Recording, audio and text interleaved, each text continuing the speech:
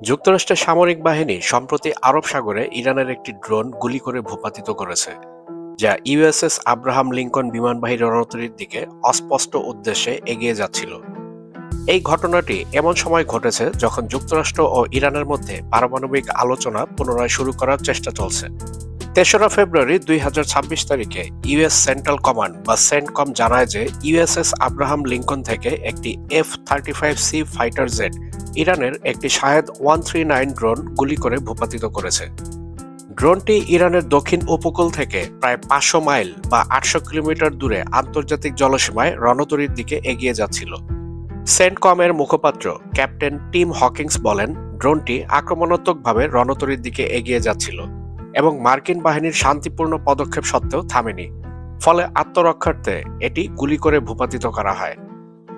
ইরানের পক্ষ থেকে এই ঘটনার বিশেষ তাৎক্ষণিক কোনো মন্তব্য পাওয়া যায়নি, তবে ইরানের তাসনিম নিউজ জানিয়েছে আন্তর্জাতিক জলসীমায় একটি ড্রোনের সঙ্গে যোগাযোগ বিচ্ছিন্ন হয়ে যায়, তবে এর কারণ স্পষ্ট নয়। তারা আরও জানায়, ড্রোনটি সফলভাবে তথ্য সংগ্রহ করে ইরানের ইসলামী বিপ্লবী গার্ড কর্পস বা আইআরজিসি এর কাছে পাঠিয়েছিল। এই ঘটনাটির সময় যুক্তরাষ্ট্র ও ইরানের মধ্যে পারমাণবিক আলোচনা পুনরায় শুরু করার প্রচেষ্টা চলছে। ইরানের প্রেসিডেন্ট মাসুদ পেজশকিয়ান জানান যে তিনি ইরানের পররাষ্ট্রমন্ত্রী আব্বাস আরাগচিকে সম্মান, প্রজ্ঞা ও সময় উপযোগিতা নীতির ভিত্তিতে যুক্তরাষ্ট্রের সঙ্গে ন্যায্য ও সমতা ভিত্তিক আলোচনা চালিয়ে যাওয়ার নির্দেশ দিয়েছেন। তবে আলোচনা কোথায় অনুষ্ঠিত হবে তা নিয়ে মতবিরোধ রয়েছে।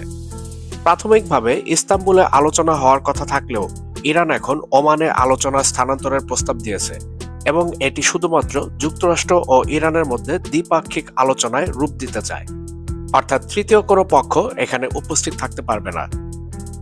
এদিকে ড্রোন ভূপাতিতের কয়েক ঘন্টা পর ইরানের আইআরজিসি বাহিনী স্ট্রেট অফ হরমুজে একটি মার্কিন পতাকাবাহী ও মার্কিন ক্রু পরিচালিত বাণিজ্যিক জাহাজ MV স্টেনা ইম্পেরাটিভকে হয়রানি করে। জাহাজটি ওমানের উত্তরে স্ট্রেট অফ হরমুজ দিয়ে বাহরাইনের দিকে যাচ্ছিল। দুটি আইআরজিসি বোট ও একটি মহাজেট ড্রোন উচ্চ গতিতে জাহাজটির দিকে এগিয়ে যায় এবং সেটিকে থামিয়ে জব্দ করার হুমকি দেয়। এই পরিস্থিতিতে ইউএসএস ম্যাকফল নামক একটি মার্কিন নৌবাহিনীর যুদ্ধজাহাজ ঘটনাস্থলে পৌঁছে জাহাজটিকে নিরাপদে এগিয়ে নিতে সহায়তা করে। মার্কিন বিমান বাহিনীর প্রতিরক্ষা বিমানও এই অভিযানে সহায়তা করে।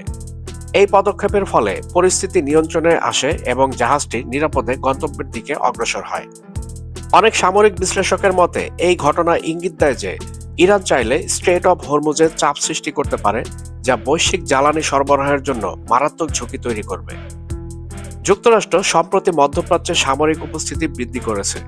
ইউএসএস আব্রাহাম লিঙ্কন সহ প্রায় 12টি যুদ্ধজাহাজ ও বিভিন্ন বিমান মোতায়েন করা হয়েছে। এই পদক্ষেপগুলি ইরানের পারমাণবিক কর্মসূচি নিয়ে নতুন চুক্তির জন্য চাপ সৃষ্টি করার অংশ হিসেবে দেখা হচ্ছে।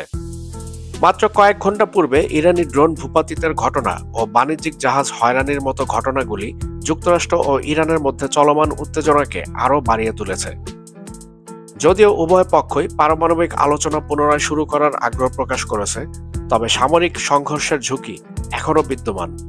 আসন্ন আলোচনা সফল হলে এই উত্তেজনা প্রশমিত হতে পারে, তবে ব্যর্থ হলে পরিস্থিতি আরও জটিল হতে পারে।